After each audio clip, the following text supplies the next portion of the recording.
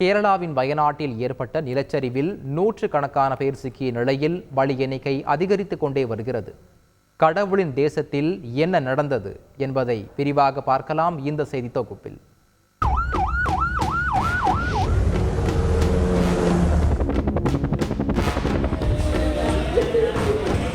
கடவுள் தேசமான கேரளாவை ஒரு உலுக்கிவிடும் தென்மேற்கு பருவமழை.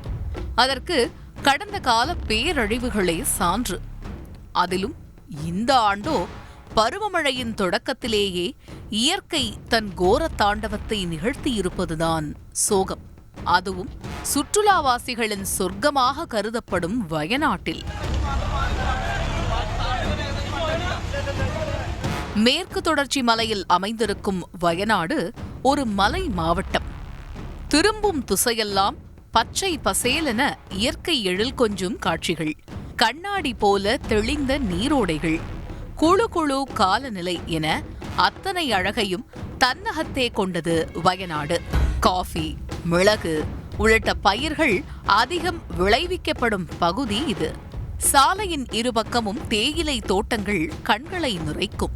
இயற்கையை நேசிக்கும் பலருக்கும் ஏற்ற பக்காவான டூரிஸ்ட் ஸ்பாட்டான வயநாட்டில் தேயிலை தோட்ட தொழிலாளர்களும் பழங்குடி மக்களும் அதிக அளவில் வசித்து வருகின்றனர்.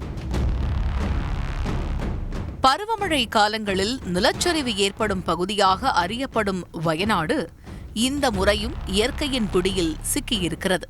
தொடர்ந்து பெய்த கனமழை காரணமாக வயநாட்டில் உள்ள முண்டக்கை, மேப்பாடி, சூரல்மலை உள்ளிட்ட இடங்களில் அடுத்தடுத்து கடும் நிலச்சரிவு ஏற்பட்டுள்ளது.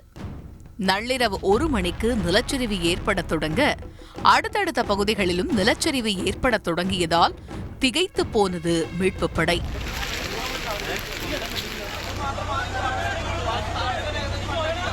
நிலச்சரிவினால் நூற்றுக்கணக்கானோர் மண்ணில் புதைந்ததோடு ஏராளமானோர் வெள்ளத்தில் அடித்துச் செல்லப்பட்டது ஒட்டுமொத்த இந்தியாவையே உலுக்கியிருக்கிறது.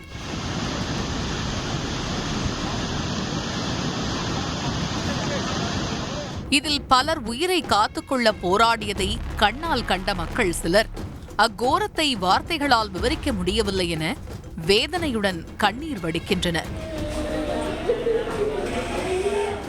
அதேவேளையில் சூரல் மலையில் இருந்து முண்டக்கை பகுதிக்கு செல்லும் பாதையில் உள்ள பாலம் பெருவெள்ளத்தில் அடித்துச் செல்லப்பட்டதால் மீட்பு படையினர் முண்டக்கை பகுதிக்கு செல்வதில் கடும் சிரமம் நிலவியுள்ளது.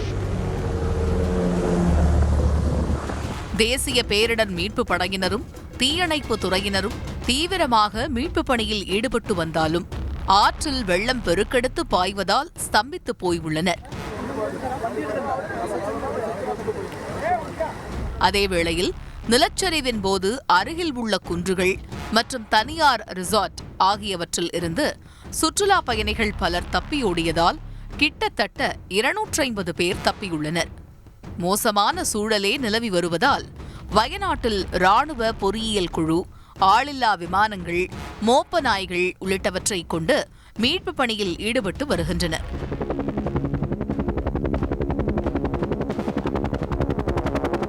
நிலச்சரிவு ஏற்பட்ட பகுதிகளில் தோண்ட சடலங்களாக கண்டெடுக்கப்பட்டு வர 500க்கும் மேற்பட்ட குடும்பங்களின் நிலை கேள்விக்குறியாகியுள்ளது. இயற்கை காட்சிகளால் நிறைந்த வயநாடு தற்பொழுது சேரும் சகதியுமாக உருக்குலைந்து காட்சியளிக்கும் வேளையில் இன்னும் எத்தனை உயிர்கள் மண்ணில் புதைந்து பறிபோகியுள்ளதோ என்ற அச்சம் நிலவி வருகிறது.